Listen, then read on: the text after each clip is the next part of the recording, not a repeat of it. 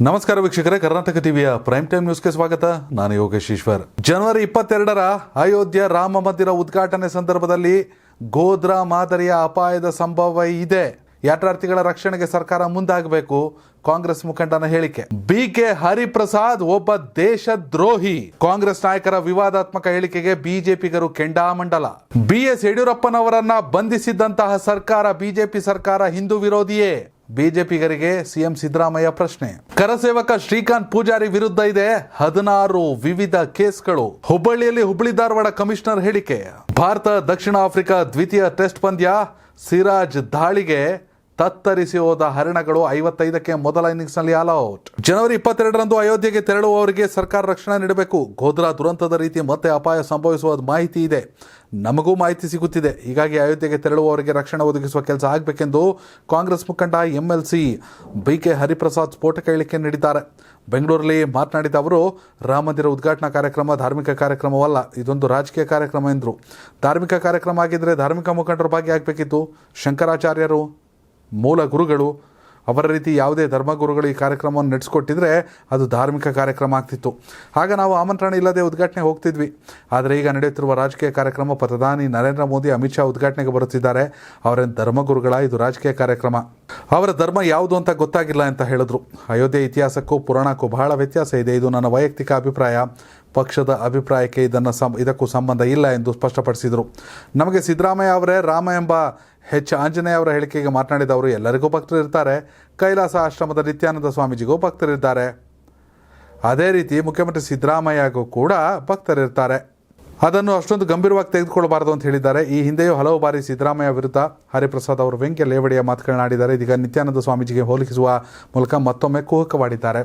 ಸಿದ್ದರಾಮಯ್ಯ ಅವ್ರಿಗೆ ಏನು ಬೇಕಾದ್ರೆ ಹೇಳ್ಕೊಳ್ಳಿ, ಅವರು ಅದು ಅವ್ರ ಪಕ್ಷದೊಳಗಿನ ಪಾಲಿಸಿ. ಅದನ್ನು ಖಂಡಿಸೋರಿದ್ದಾರೆ. ಅದು BJPಗೆ ಅಸ್ತ್ರ ಆಗುತ್ತೆ. ಆದರೆ ಇಡೀ ದೇಶವನ್ನೇ ಕೆಣಕುವಂತಹ ಅಥವಾ ಇಡೀ ದೇಶದ ಕೆಂಗಣ್ಣಿಗೆ ಗುರಿಯಾಗುವಂಥ ಹೇಳಿಕೆಯನ್ನು, ಗೋಧ್ರಾ ಹತ್ಯಾಕಾಂಡದ ಮಾದರಿಯಲ್ಲಿ ದಾಳಿಯಾಗುವ ಸಂಭವವಿದೆ ಅಯೋಧ್ಯೆ ರಾಮ ಮಂದಿರ ಉದ್ಘಾಟನೆ ವೇಳೆ ಅನ್ನುವಂತಹ ನಮಗೂ ಮಾಹಿತಿ ಇದೆ. ಸರ್ಕಾರ ಯಾತ್ರಾರ್ಥಿಗಳಿಗೆ ರಕ್ಷಣೆಯನ್ನು ಕೊಡಬೇಕನ್ನುವ ಬಿಕೆ ಹರಿಪ್ರಸಾದ್ ಅವರ ಹೇಳಿಕೆ ಇಡೀ ದೇಶದಲ್ಲಿ BJPಗರ ಕೆಂಗಣ್ಣಿಗೆ ಗುರಿಯಾಗುವಂತೆ ಮಾಡಿದೆ. ಧಾರ್ಮಿಕ ವಿಚಾರದಲ್ಲಿ, ಧರ್ಮದ ವಿಚಾರಗಳಲ್ಲಿ, ಭಾವನೆಗಳ ವಿಚಾರದಲ್ಲಿ ಈ ರೀತಿ ಆ ಹೇಳಿಕೆಗಳನ್ನು ನೀಡೋದು ಎಷ್ಟು ಸರಿ ಅಂತ ಆಮೇಲೆ ಹೇಳ್ಬಿಟ್ಟವ್ರೆ. ಇದು ಪಕ್ಷಕ್ಕೆ ಸಂಬಂಧಪಟ್ಟಿರೋ ಹೇಳಿಕೆ ಅಲ್ಲ, ನನ್ನ ವೈಯಕ್ತಿಕ ಹೇಳಿಕೆ ಅಂತ. ಯಾವ ಹೇಳಿಕೆ ಆದರೂ ಅಷ್ಟೇ. ಬಿಕೆ ಹರಿಪ್ರಸಾದ್ ಕಾಂಗ್ರೆಸ್ ಮುಖಂಡ. ಇದು ಕಾಂಗ್ರೆಸ್ಗೆ ಡ್ಯಾಮೇಜ್. ಹೆಸರಿನ ಮುಂದಿನ ಸುದ್ದಿ. ಹರಿಪ್ರಸಾದ್ ಹೇಳಿಕೆ ವಿರುದ್ಧ ಕಿಡಿಕಾಡಿರುವ ಬಿಜೆಪಿ ನಾಯಕ DV ಸದಾನಂದ ಗೌಡ, ಜನವರಿ 22ರಂದು ಅಹಿತಕರ ಘಟನೆಗಳು ನಡೆದರೆ ಹರಿಪ್ರಸಾದ್ ಅವರೇ ಕಾರಣ ಎಂದಿದ್ದಾರೆ. ಬೆಂಗಳೂರಿನ ಫ್ರೀಡಂ ಪಾರ್ಕ್ನಲ್ಲಿ ಪ್ರತಿಕ್ರಿಯಿಸಿದ ಅವರು, ಕೂಡಲೇ ಕಾಂಗ್ರೆಸ್ MLC ಬಿಕೆ ಹರಿಪ್ರಸಾದ್ ಬಂಧನ ಆಗಬೇಕು. ಹರಿಪ್ರಸಾದ್ ವಿರುದ್ಧ ಕ್ರಮಕ್ಕೆ ಪೊಲೀಸ್ ಆಯುಕ್ತರಿಗೆ ಆಗ್ರಹಿಸುತ್ತೇನೆ. ಜವಾಬ್ದಾರಿ ಸ್ಥಾನದಲ್ಲಿರುವ ಬಿಕೆ ಹರಿಪ್ರಸಾದ್ ವಿರುದ್ಧ ಕ್ರಮ ಕೈಗೊಳ್ಳಲಿ ಅಂತ ಆಗ್ರಹಿಸಿದರು. ಇನ್ನು ಬಿಕೆ ಹರಿಪ್ರಸಾದ್ ಹಿಂದುವೇ ಅಲ್ಲ, ಅವರು ದೇಶದ್ರೋಹಿ. ಕಾಂಗ್ರೆಸ್ನಲ್ಲಿ ನಿರ್ಲಕ್ಷ್ಯಕ್ಕೆ ಒಳಪಟ್ಟ ನಾಯಕ ಇದ್ದರೆ ಅದು ಬಿಕೆ ಹರಿಪ್ರಸಾದ್ ಎಂದು ಶಾಸಕ ಯಶ್ಪಾಲ್ ಸುವರ್ಣ ವಾಗ್ದಾಳಿ ನಡೆಸಿದ್ದಾರೆ. ಅಯೋಧ್ಯೆ BJP ಪಕ್ಷದ ರಾಜಕೀಯ ಮಂದರ. ರಾಮಲಲ್ಲಾ ಪ್ರತಿಷ್ಠಾಪನೆ ಮಾಡುವ ಮೋದಿ, ಅಮಿತ್ ಶಾ ಅವರದ್ದು ಯಾವ ಧರ್ಮ ಎಂದು ಹರಿಪ್ರಸಾದ್ ಪ್ರಶ್ನೆ ಮಾಡಿದರು. ಈ ವಿಚಾರಕ್ಕೆ ಯಶ್ಪಾಲ್ ಸುವರ್ಣ ಪ್ರತಿಕ್ರಿಯೆ ನೀಡಿದ್ದು, ಕಾಂಗ್ರೆಸ್ನವರೇ ಹರಿಪ್ರಸಾದನ್ನು ಲೆಕ್ಕಕ್ಕಿಟ್ಟಿಲ್ಲ, ಬದಿಗಿಟ್ಟವರೇ. ರಾಮ ಮಂದಿರ ಬಗ್ಗೆ ಮಾತನಾಡುವ ಯಾವ ನೈತಿಕತೆಯು ಅಯೋಧ್ಯೆಗೆ ರಾಮ ಭಕ್ತರು ನೈತಿಕತೆ ಅವರಿಗಿಲ್ಲ ಅಂತ ಟೀಕಿಸಿದ್ದಾರೆ. ಅಯೋಧ್ಯೆಗೆ ರಾಮ ಭಕ್ತರು, ದೇಶಭಕ್ತರು ಬರಬೇಕೆಂದು ಕರೆ ಕೊಟ್ಟಿದ್ದೇವೆ. ದೇಶ ವಿರೋಧಿಗಳು ಬರುವುದು ಬೇಡ. ಬಿಕೆ ಹರಿಪ್ರಸಾದ್ ಒಬ್ಬ ದೇಶದ್ರೋಹಿಯ ಯಾವ ಹೇಳಿಕೆಯನ್ನು ಗಂಭೀರವಾಗಿ ಪರಿಗಣಿಸುವುದಿಲ್ಲ ಎಂದು ಗರಂ ಆದರು. ಗೋಧ್ರಾ ಹತ್ಯಾಕಾಂಡಕ್ಕೆ ಯಾರು ಕಾರಣ ಎಂದು ಮೊದಲು ವಿಮರ್ಶಿಸಿ. ಕಾಂಗ್ರೆಸ್ನ ದೇಶ ವಿರೋಧಿ ಮನಸ್ಥಿತಿ ಗೋಧ್ರಾ ಘಟನೆಗೆ ಕಾರಣ. ಬಿಕೆ ಹರಿಪ್ರಸಾದ್ ಹಿಂದೂ ಆಗಿ ಬಂದರೆ ಮಾತ್ರ ಸ್ವಾಗತ. ಪಾಕಿಸ್ತಾನಿ ಮನೋಭಾವನೆಯಲ್ಲಿ ಮಾತನಾಡ್ತಿದ್ದಾರೆ. ಬಿಕೆ ಹರಿಪ್ರಸಾದ್ ಹಿಂದೂ ಅಲ್ಲ. ಅಯೋಧ್ಯೆಗೆ ಬರುವ ಕೋಟಿ ಭಕ್ತರಿಗೆ ರಾಮ, ಹನುಮಂತ, ಲಕ್ಷ್ಮಣರೇ ಶ್ರೀರಕ್ಷೆ. ದೇವರೇ ಭಕ್ತರಿಗೆ ಭದ್ರತೆ ಒದಗಿಸುತ್ತಾರೆ. ಪೊಲೀಸ್ ಮತ್ತು ಮಿಲಿಟರಿ ಅಗತ್ಯ ಇಲ್ಲ ಎಂದು ಯಶ್ಪಾಲ್ ಸುವರ್ಣ ಹೇಳಿದ್ದಾರೆ. ಒಟ್ಟಿನಲ್ಲಿ ಬಿಕೆ ಹರಿಪ್ರಸಾದ್ ಅವರ ಹೇಳಿಕೆಗೆ ಬಿಜೆಪಿಯಲ್ಲಿ ಸಾಕಷ್ಟು ವಿರೋಧ ವ್ಯಕ್ತವಾಗ್ತಿದೆ. ಇದೀಗ ಬಿಜೆಪಿಗರು ಅವರನ್ನು ದೇಶದ್ರೋಹಿ ಅಂತ ಕೂಡ ಹೇಳ್ತಿದ್ದಾರೆ. ಶ್ರೀಕಾಂತ್ ಪೂಜಾರಿ ಬಂಧನಕ್ಕೆ, ಕರಸೇವಕ ಶ್ರೀಕಾಂತ್ ಪೂಜಾರಿ ಬಂಧನಕ್ಕೆ ಬಿಜೆಪಿಯಿಂದ ವ್ಯಾಪಕ ವಿರೋಧ ವ್ಯಕ್ತವಾಗ್ತಾ ಇದೆ. ಹುಬ್ಬಳ್ಳಿಯಲ್ಲಿ ಪ್ರತಿಭಟನೆ ನಡೀತಾ ಇದೆ. ಈ ಬೆನ್ನಲ್ಲೇ ಶ್ರೀಕಾಂತ್ ಪೂಜಾರಿ ಕುರಿತು ಹುಬ್ಬಳ್ಳಿ ಧಾರವಾಡ ಪೊಲೀಸ್ ಕಮಿಷನರ್ ಮಾತನಾಡಿದ್ದಾರೆ. ಬಿಜೆಪಿ ಪ್ರತಿಭಟನೆ ಇಲ್ಲಾಂದರೆ ಶಹರ ಠಾಣೆಗೆ ಆಗಮಿಸಿದ ಪೊಲೀಸ್ ಕಮಿಷನರ್ ರೇಣುಕಾ ಸುಕುಮಾರ್ ಅವರು, ಶ್ರೀಕಾಂತ್ ಮೇಲೆ ವಿವಿಧ ಪೊಲೀಸ್ ಠಾಣೆಯಲ್ಲಿ ಕೇಸ್ಗಳಿವೆ. ಒಟ್ಟು 16 ಪ್ರಕರಣಗಳಿವೆ. ಅಕ್ರಮ ಸಾರಾಯಿ, ಮಟ್ಕ, ಜೂಜಾಟ ಸೇರಿ 16 ಕೇಸ್ಗಳಿವೆ ಅಂತ ಹೇಳಿದ್ರು. ಹುಬ್ಬಳ್ಳಿ ಶಹರ ಠಾಣೆ ಮುಂದೆ ಪ್ರತಿಭಟನೆಗೆ ಬಿಜೆಪಿ ಸದ್ಯ BJP ಯಾವುದೇ ಅನುಮತಿಯನ್ನು ಪಡೆದಿರಲಿಲ್ಲ. ಆದರೂ ಮುಂಜಾಗ್ರತೆ ಕ್ರಮವಾಗಿ ಪೊಲೀಸ್ ಬಂದೋಬಸ್ತ್ ಮಾಡಲಾಗಿತ್ತು. ಸಾಕಷ್ಟು ಪ್ರತಿಭಟನೆ ಕೂಡ ನಡೀತು ವಿಪಕ್ಷ ನಾಯಕ ಆರ್ ಅಶೋಕ್ ಅವರ ನೇತೃತ್ವದಲ್ಲಿ. ಆದರೆ ಶ್ರೀಕಾಂತ್ ಪೂಜಾರಿ ಬಂಧನವನ್ನು ಖಂಡಿಸಿ BJP ಪ್ರತಿಭಟನೆ ಮಾಡುತ್ತಿರುವ ಸಂದರ್ಭದಲ್ಲೇ ಕೇವಲ ಒಂದೇ ಒಂದು ಕೇಸಲ್ಲ 16 ವಿವಿಧ ಕೇಸ್ಗಳಿದೆ ಅಂತ ಪೊಲೀಸ್ ಕಮಿಷನರೇ ಮಾಹಿತಿಯನ್ನು ಕೊಟ್ಟಿದ್ದಾರೆ. ಹೆಸಿನ ಮುಂದಿನ ಸುದ್ದಿ, BS ಯಡಿಯೂರಪ್ಪನವರನ್ನು ಬಂಧಿಸಿದ ಸರ್ಕಾರ ಹಿಂದೂ ವಿರೋಧಿಯೇ ಎಂದು ಮುಖ್ಯಮಂತ್ರಿ ಸಿದ್ದರಾಮಯ್ಯ ಪ್ರಶ್ನೆ ಮಾಡಿದ್ದಾರೆ. 1992ರ ಗಲಭೆ ಆರೋಪಿ ಹುಬ್ಬಳ್ಳಿಯ ಶ್ರೀಕಾಂತ್ ಬಂಧನ ವಿರೋಧಿಸಿ ರಾಜ್ಯಾದ್ಯಂತ BJP ಪ್ರತಿಭಟನೆಯನ್ನು ನಡೆಸಿತು. ಈ ಬಗ್ಗೆ ಸಿದ್ದರಾಮಯ್ಯ ಹೀಗೆ ಪ್ರಶ್ನಿಸಿದ್ದಾರೆ. ಈ ಬಗ್ಗೆ ಸಾಮಾಜಿಕ ಜಾಲತಾಣದಲ್ಲಿ ಬರೆದುಕೊಂಡಿರುವ ಅವರು, ರಾಜ್ಯದಲ್ಲಿ ಹಿಂದೆ BJP ಸರ್ಕಾರ ಇದ್ದಾಗಲೇ ಲೋಕಾಯುಕ್ತ ಪೊಲೀಸರು ಮುಖ್ಯಮಂತ್ರಿ BS ಯಡಿಯೂರಪ್ಪ ಅವರನ್ನು ಬಂಧಿಸಿ ಜೈಲಿಗಟ್ಟಿದ್ರು.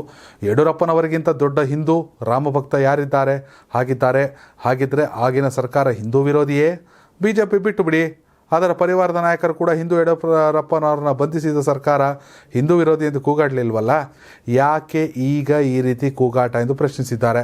ಒಬ್ಬ ಕ್ರಿಮಿನಲ್ ಆರೋಪಿಯನ್ನು ಸಮರ್ಥಿಸುವಂಥ ದುಸ್ಥಿತಿ ಒಂದು ರಾಷ್ಟ್ರೀಯ ಪಕ್ಷಕ್ಕೆ ಬರಬಾರ್ದಿತ್ತು. ಹುಬ್ಬಳ್ಳಿಯ ಆರೋಪಿಯನ್ನು ಸಮರ್ಥಿಸಿಕೊಂಡು ಹೋರಾಟ ಕೇಳದಿರುವ BJP ನಾಯಕರಲ್ಲಿ ಯಾರಾದರೂ ಸ್ವಲ್ಪ ಬುದ್ಧಿ ಹೊಂದಿದವರಿದ್ದರೆ ದಯವಿಟ್ಟು ಆ ವ್ಯಕ್ತಿಯ ಮೇಲಿನ ಆರೋಪಗಳ ಪಟ್ಟಿಯನ್ನು ತರಿಸಿ ಓದಿ, ಆಮೇಲೆ ಹೋರಾಟ ಕೇಳಿರಿ. ಜನಸಂಖ್ಯೆಯಲ್ಲಿ ಹಿಂದೂಗಳೇ ಬಹುಸಂಖ್ಯೆಯಲ್ಲಿರುವುದರಿಂದ ಜೈಲುಗಳಲ್ಲಿರುವ ಕೈದಿಗಳಲ್ಲಿಯೂ ಹಿಂದೂ ಧರ್ಮೀಯ ಬಹುಸಂಖ್ಯೆಯಲ್ಲಿದ್ದಾರೆ. ಅವರೆಲ್ಲ ಹಿಂದೂ ಧರ್ಮಕ್ಕೆ ಸೇರಿದವರು ಎನ್ನುವ ಕಾರಣಕ್ಕೆ BJP ಅವರ ಪರವಾಗಿ ಹೋರಾಟ ನಡೆಸುತ್ತಾ ಇದ್ದಿದ್ದಾರೆ. ರಾಜ್ಯದಲ್ಲಿ ಕ್ರಿಮಿನಲ್ ಕೃತ್ಯಗಳು ಹೆಚ್ಚಾಗಲು ಅಪರಾಧ ಮತ್ತು ಅಪರಾಧಿಗಳಿಗೆ ಜಾತಿ ಧರ್ಮದ ಬಣ್ಣ ಕಟ್ಟುವ BJP ಕಾನೂನು ವಿರೋಧಿ ನಡವಳಿಕೆ ಕಾರಣ. ವ್ಯಕ್ತಿಯೊಬ್ಬ ಎಂಥ ಘನಘೋರ ಅಪರಾಧಗಳನ್ನು ಬೇಕಾದರೆ ಎಸಗಲಿ, ಆತ ಕೇಸರಿ ಶಾಲು ತಲೆಗೆ ಸುತ್ತಕೊಂಡು ನಾನೊಬ್ಬ ಹಿಂದೂ ಎಂದು ಕೂಗಿದರೆ BJP ನಾಯಕರು ಆತನ ರಕ್ಷಣೆಗೆ ಧಾವಿಸ್ತಾರೆ. ಈ ಮೂಲಕ ಕೇಸರಿ ಶಾಲು ಮಾತ್ರವಲ್ಲ, ಹಿಂದೂ ಧರ್ಮಕ್ಕೂ BJP ನಾಯಕರು ಅವಮಾನ ಮಾಡ್ತಿದ್ದಾರೆ ಅಂತ BJP ವಿರುದ್ಧವೇ ಗುಡುಗವರೆ. ಯಡಿಯೂರಪ್ಪನವ್ರನ್ನ ಅರೆಸ್ಟ್ ಮಾಡಿದಾಗ ಇದ್ದಿದ್ದು ಹಿಂದೂ ವಿರೋಧಿ ಸರ್ಕಾರನ, ಅವಾಗಿದ್ದಿದ್ದು BJPನೇ ಅಲ್ವಾ? ಹಂಗಾರೆ ಅದು ಹೆಂಗೆ ಸರಿ? ಕಮಿಷನರ್ ಹೇಳೋರೆ 14ಕ್ಕೂ ಅದಕ್ಕೆ ಕೇಸ್ಗಳಿದೆ ಶ್ರೀನಾಥ್ ಪೂಜಾರಿ ಮೇಲೆ ಅಂತ.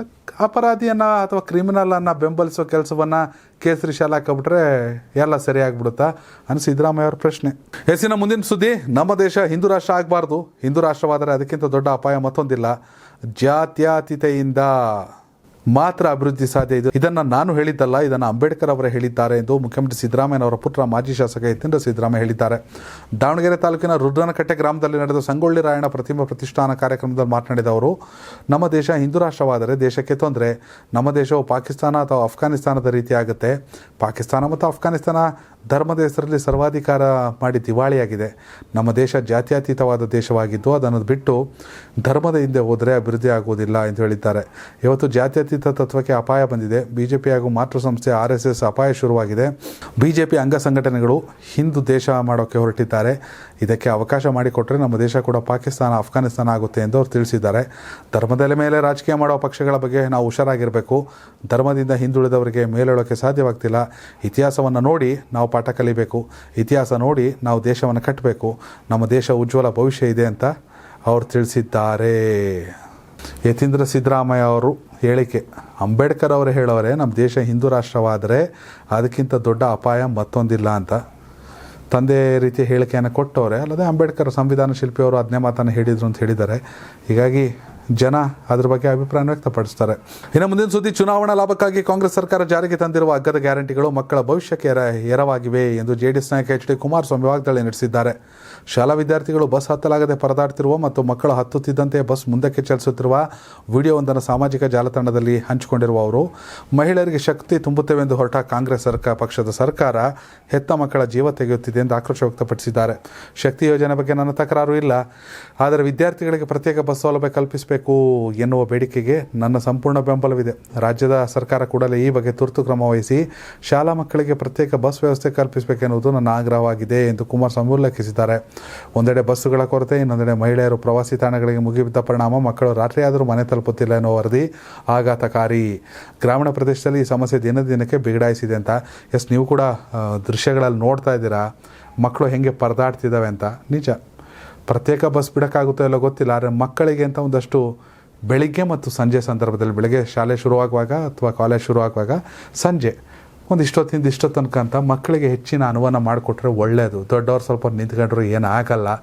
ಮಕ್ಕಳನ್ನು ಸೇಫಾಗಿ ಹತ್ತೋವರೆಗೂ ಕೂಡ ಬಸ್ಸನ್ನು ಮೂವ್ ಮಾಡಬಾರ್ದು. ಎಲ್ಲ ಚಾಲಕರಿಗೂ ನಿರ್ವಾಹಕರಿಗೂ ಈ ಬಗ್ಗೆ ಒಂದು ಕಟ್ಟುನಿಟ್ಟಿನ ಸಂದೇಶ ರವಾನೆ ಆಗಬೇಕು. ಕುಮಾರಸ್ವಾಮಿ ಅವರ ಕೆಲಸ ಶ್ಲಾಘನೀಯ, ಖಂಡಿತವಾಗ್ಲೂ ಕೂಡ. ಎಸ್ಸಿನ ಮುಂದಿನ ಸುದ್ದಿ, ದೇಶದಲ್ಲಿ ಈವರೆಗೆ ಒಟ್ಟು 511 ಮಂದಿಗೆ ಕೊರೋನಾ ವೈರಸ್ ಉಪತಳಿ JN1 ಸೋಂಕು ತಗುಲಿದೆ. ಅದರಲ್ಲಿ ಅತಿ ಹೆಚ್ಚು ಸೋಂಕಿತರು ಕರ್ನಾಟಕದಲ್ಲಿ ಇದ್ದಾರೆ ಅನ್ನೋದು ಆಘಾತಕಾರಿ ಸಂಗತಿ. ಕರ್ನಾಟಕದಲ್ಲಿ 199 ಜನರಿಗೆ JN1 ಸೋಂಕು ತಗಲಿದೆ. ಕೇರಳದಲ್ಲಿ 148. ನೋಡಿ, ಫಸ್ಟು ಕೇರಳದಿಂದ ಶುರು ಆಯಿತು. ಕೇರಳಕ್ಕೆ ಹೋಗಬೇಡಿ ಅಂದರು. ಶಬರಿಮಲೆಯಲ್ಲಿ ನೋಡಿದ್ರೆ ಕಿಕ್ಕಿರಿದು ತುಂಬಿದಂಥ ಭಕ್ತರು, ಸೂಕ್ತ ವ್ಯವಸ್ಥೆ ಇರಲಿಲ್ಲ, ಸಾಕಷ್ಟು ಜನಕ್ಕೆ ಅನಾರೋಗ್ಯ. ಇದು ಶಬರಿಮಲೆಗೆ ಹೋಗಿ ಬಂದವರಿಂದ ಬಂತು ಅಂತ ನಾವು ಹೇಳ್ತಾ ಇಲ್ಲ, ಬಟ್ ಕೇರಳದಿಂದ ಬಂದಂಥ ಸಾಕಷ್ಟು ಜನರಲ್ಲಿ ಸೋಂಕು ಕಾಣಿಸ್ಕೊತು. ಈ Kerala second place, Karnataka first place. ಕೇರಳದಲ್ಲಿ 148, ಕರ್ನಾಟಕದಲ್ಲಿ 199, ಗೋವಾದಲ್ಲಿ 47, ಗುಜರಾತ್ನಲ್ಲಿ 36, ಮಹಾರಾಷ್ಟ್ರದಲ್ಲಿ 32, ತಮಿಳುನಾಡಲ್ಲಿ 26, ದೆಹಲಿಯಲ್ಲಿ 15, ರಾಜಸ್ಥಾನದಲ್ಲಿ 4, ತೆಲಂಗಾಣದಲ್ಲಿ 2 ಹಾಗೂ ಒಡಿಶಾ ಮತ್ತು ಹರಿಯಾಣದಲ್ಲಿ ತಲಾ 1 ಸೋಂಕು ತಗಲಿದೆ ಎಂದು ಅಧಿಕೃತ ಮೂಲಗಳು ತಿಳಿಸಿವೆ. ಈಗಾಗಲೇ ಕೇಂದ್ರ ಸರ್ಕಾರ ಎಲ್ಲ ರಾಜ್ಯಗಳಿಗೆ ಕೊರೋನಾ ರೂಪಾಂತರ ಹರಡುವಂತೆ ತಡೆಯಲು ಕಟ್ಟುನಿಟ್ಟಿನ ಕ್ರಮಕ್ಕೆ ಸೂಚಿಸಿದೆ. ಎಸ್ಸಿನ ಮುಂದಿನ ಸುದ್ದಿ, ಕುಸ್ತಿ ಕ್ಷೇತ್ರದಲ್ಲಿ ಪ್ರತಿಭಟನೆ ಮುಂದುವರೆದಿದೆ. ಕಳೆದ 1 ವರ್ಷದಿಂದ ಹಿರಿಯ ಕುಸ್ತಿಪಟುಗಳು ನಡೆಸುತ್ತಿರುವ ಧರಣಿಯಿಂದಾಗಿ ನಮ್ಮ 1 ವರ್ಷ ನಷ್ಟವಾಗಿದೆ ಎಂದು ಬಜರಂಗ್ ಪುನಿಯಾ, ಸಾಕ್ಷಿ ಮಲ್ಲಿಕ್ ಹಾಗೂ ವಿನೇಶ್ ಫೋಗಟ್ ವಿರುದ್ಧ ಕಿರಿಯ ಕುಸ್ತಿಪಟುಗಳು ಆಕ್ರೋಶ ವ್ಯಕ್ತಪಡಿಸಿದ್ದಾರೆ. ದೆಹಲಿಯ ಜಂತರ್ ಮಂತರ್ನಲ್ಲಿ ಸೇರಿದ 100 ಕುಸ್ತಿಪಟುಗಳು ಹಿರಿಯ ಕುಸ್ತಿಪಟುಗಳ ವಿರುದ್ಧ ಘೋಷಣೆ ಕೂಗುವ ಮೂಲಕ ತಮ್ಮ ಅಸಮಾಧಾನ ಹೊರಹಾಕಿದ್ರು. ಉತ್ತರ ಪ್ರದೇಶ, ಹರಿಯಾಣ, ದೆಹಲಿಯಿಂದ ತಂಡೋಪತಂಡವಾಗಿ ಬಸ್ನಲ್ಲಿ ಬಂದಿಳಿದ ಕಿರಿಯ ಕುಸ್ತಿಪಟುಗಳು ಪ್ರತಿಭಟನೆ ನಡೆಸಿದರು. ಸುಮಾರು 300ಕ್ಕೂ ಹೆಚ್ಚು ಜನರಿದ್ದ ಕುಸ್ತಿಪಟುಗಳಲ್ಲಿ ಕೆಲವರು ಆರ್ಯ ಸಮಾಜ, ಆಖಾರ್, ವೀರೇಂದ್ರ ರೆಸ್ಲಿಂಗ್ ಅಕಾಡೆಮಿ ಹಾಗೂ ಇನ್ನಿತರ ಕಡೆಗಳಿಂದ ಬಂದಿದ್ದರು. ಪುನಿಯಾ, ಮಲ್ಲಿಕ್ ಹಾಗೂ ಫೋಗಟ್ ವಿರುದ್ಧ ಘೋಷಣೆಗಳನ್ನು ಕೂಗಿದ್ರು. ಈ 3 ಕುಸ್ತಿಪಟುಗಳಿಂದ ನಮ್ಮನ್ನು ರಕ್ಷಿಸಿ ಎಂದು ಬರೆದು ಘೋಷಣೆ ಫಲಕಗಳನ್ನು ಪ್ರದರ್ಶಿಸಿದರು. ದುರಂತ. ಕುಸ್ತಿಪಟುಗಳಿಗೆ ಇವ್ರು ಯಾರ ವಿರುದ್ಧ ಈ ಕುಸ್ತಿಪಟುಗಳು ಪ್ರತಿಭಟನೆ ಮಾಡ್ತಾವ್ರೆ, ಅವರು ಬ್ರಿಜ್ ಭೂಷಣ್ ಸಿಂಗ್ ವಿರುದ್ಧ ಪ್ರತಿಭಟನೆ ಮಾಡಿದ್ರು. ತಮ್ಮ ಪದಕಗಳನ್ನು ಹಿಂತಿರುಗಿಸಿದ್ರು, ಸರ್ಕಾರ ಕೊಟ್ಟ ಗೌರವನ ಹಿಂತಿರುಗಿಸಿದ್ರು. ಅವರಿಂದ 1 ವರ್ಷ ಹಾಳಾಗೋಯ್ತು ಅಂದ್ಬಿಟ್ಟು ಈಗ ಹೊಸದಾಗಿ ಬ್ರಿಜ್ ಭೂಷಣ್ ಸ್ನೇಹಿತರೆ ಭಾರತೀಯ ಕುಸ್ತಿ ಫೆಡರೇಷನ್ ಅಧ್ಯಕ್ಷರಾಗವ್ರಲ್ಲ, ಅವ್ರುಗಳು ಕುಮ್ಮಕ್ಕನ್ನು ಕೊಟ್ಟು ಮಾಡಿಸಿರೋ ದುರಂತ. ಎಲ್ಲರಿಗೂ ರಾಮ ಮಂದಿರ ಕಾಣಿಸ್ತಾ ಐತೆ. ಸೀತೆ ಅಂತ ಹೆಣ್ಣು ಮಕ್ಕಳು ಜೀವನ ಏನಾಯಿತು ಕುಸ್ತಿಯಿಂದ ಅಂತ ಯಾರಿಗೂ ಗೊತ್ತಾಗಲಿಲ್ಲ. ಮಣಿಪುರದಲ್ಲಿ ಏನಾಯಿತು ಅಂತ ಮೋದಿ ಮಾತಾಡಲಿಲ್ಲ. ಇದು ದುರಂತ. ಇದಕ್ಕೆ ಒಂದಷ್ಟು ಜನ ವಿರೋಧಿಸ್ತಾರೆ, ಒಂದಷ್ಟು ಜನ ಏನೂ ಮಾಡೋಕ್ಕಾಗಲ್ಲ ಅಂತ ಸುಮ್ಮನಾಗ್ತಾರೆ. ಇದ್ರ ಬಗ್ಗೆ ನಿಮ್ಮ ಅಭಿಪ್ರಾಯನ ಕಾಮೆಂಟ್ ಮಾಡಿ ದಯವಿಟ್ಟು. ಸಾಕ್ಷಿ ಮಲ್ಲಿಕ್ ಆಗಿರ್ಬೋದು, ವಿನೀತ್ ಫೋಗಟ್ ಆಗಿರ್ಬೋದು, ಒಲಿಂಪಿಕ್ಸ್ನಲ್ಲಿ ಬಂದಂಥ ಮೆಡ್ಲನ್ನಿಟ್ಟರು ಮಹಿಳಾ ಕುಸ್ತಿಪಟುಗಳ ವಿರುದ್ಧ ನಡೆಯುತ್ತಿರುವ ಅನ್ಯಾಯದ ವಿರುದ್ಧ. ಈಗ ನೋಡ್ರಿ ಎಲ್ಲ ಸೇರ್ಕೊಂಡು ಕುಸ್ತಿ ಫೆಡರೇಷನ್ನವರು ಅವ್ರು 3 ಜನದ ವಿರುದ್ಧನೇ ಪ್ರೊಟೆಸ್ಟ್ ಮಾಡಿಸ್ತಾವ್ರೆ. ದುರಂತ. ಎಸ್ಸಿನ ಮುಂದಿನ ಸುದ್ದಿ, ಸರಿಯಾದ ಸಮಯಕ್ಕೆ ಫುಡ್ ಡೆಲಿವರಿ ಮಾಡಲು ಯುವಕನೊಬ್ಬ ಕುದುರೆ ಏರಿ ಬಂದಿರೋ ಘಟನೆ ಮುತ್ತಿನ ನಗರಿ ಹೈದರಾಬಾದ್ನಲ್ಲಿ ನಡೆದಿದೆ. ಡೆಲಿವರಿ ಬಾಯ್ ಕುದುರೆ ಸವಾರಿ ಮಾಡಿದ ಆ ವಿಡಿಯೋ ಸಾಮಾಜಿಕ ಜಾಲತಾಣದಲ್ಲಿ ವೈರಲ್ ಆಗಿದ್ದು ನೆಟ್ಟಿಗರು ಫುಲ್ ಫಿದಾಗಿದ್ದಾರೆ. ಸಾಮಾನ್ಯವಾಗಿ ಡೆಲಿವರಿ ಬಾಯ್ಗಳು ಹೋಟೆಲ್ನಿಂದ ಗ್ರಾಹಕರಿಗೆ ಫುಡ್ ವಿತರಣೆ ಮಾಡಲು ದ್ವಿಚಕ್ರ ವಾಹನಗಳನ್ನು ಬಳಕೆ ಮಾಡಿದ್ದಾರೆ. ಎಲ್ಲ ಒಂದಿಬ್ಬರು ಸೈಕಲ್ ಏರಿದ ವಿಡಿಯೋ ವೈರಲ್ ಆಗಿತ್ತು, ಒಬ್ಬ ಓಡ್ಕೊಂಡು ಫುಡ್ ಡೆಲಿವರಿ ಮಾಡಿದ್ದು ವೈರಲ್ ಆಗಿತ್ತು. ಆದರೆ ಇಲ್ಲೊಬ್ಬ ಕುದುರೆ ಏರ್ಬಿಟ್ಟು ವಿಭಿನ್ನವಾಗಿ ಆಹಾರ ಕೊಂಡೊಯ್ದಿದ್ದಾನೆ. ಈತನ ಕೆಲಸ ಕಂಡ ಸಾರ್ವಜನಿಕರು ದಂಗಾಗಿದ್ದು ವಿಡಿಯೋ ರೆಕಾರ್ಡ್ ಮಾಡಿ ವೈರಲ್ ಮಾಡಿದ್ದಾರೆ.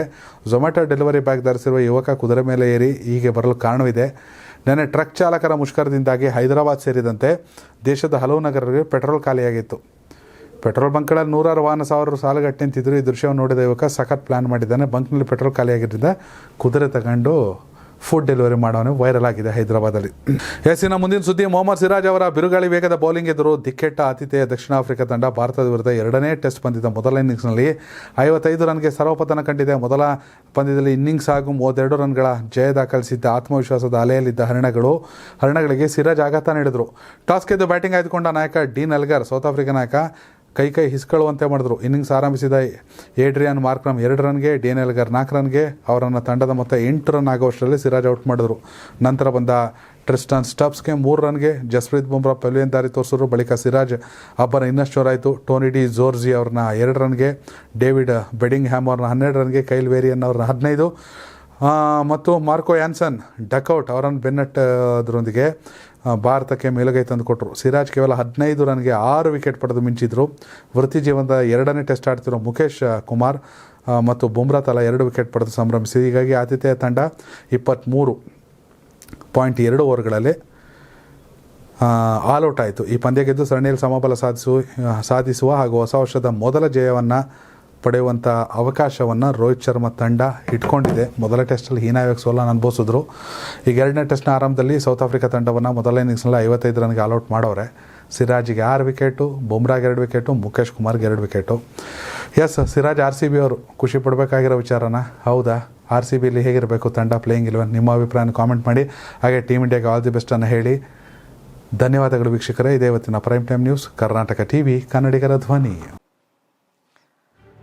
ಈ ಭೂಮಿ ಮೇಲೆ ತಾನಷ್ಟೇ ಉದ್ಧಾರ ಆದ್ರೆ ಸಾಕು, ಬೇರೆಯವ್ರನ್ನ ಬೆಳೆಸೋ ಉಸಾಬರಿ ನಮ್ಗ್ಯಾಕೆ ಅನ್ನೋರ್ ಸಂಖ್ಯೆನೇ ಜಾಸ್ತಿ. ಆದ್ರೆ ಕೆಲವರು ಮಾತ್ರ ತಾನು ಬೆಳೆಯೋದ್ರ ಜೊತೆಗೆ ತನ್ನವರನ್ನು ಕೂಡ ಬೆಳೆಸ್ತಾರೆ. ತಮಗಿಂತ ಎತ್ತರಕ್ಕೆ ಬೆಳೆಯೋಕೆ ಬೆಳಕಾಗ್ತಾರೆ. ಸಾಧಿಸುವ ಗುರಿ ಇದ್ದವ್ರಿಗೆ ದಾರಿದೀಪ ಆಗ್ತಾರೆ. ಇದೀಗ ನಾನು ಇತರರ ಭವಿಷ್ಯಕ್ಕೆ ಬೆಳಕಾಗುವವರ ಸಂದರ್ಶನ ಮಾಡಲು ಹೊರಟಿದ್ದಾನೆ. ಮಿಸ್ ಮಾಡದೆ ನೋಡಿ ಕರ್ನಾಟಕ TV ದಾರಿದೀಪ.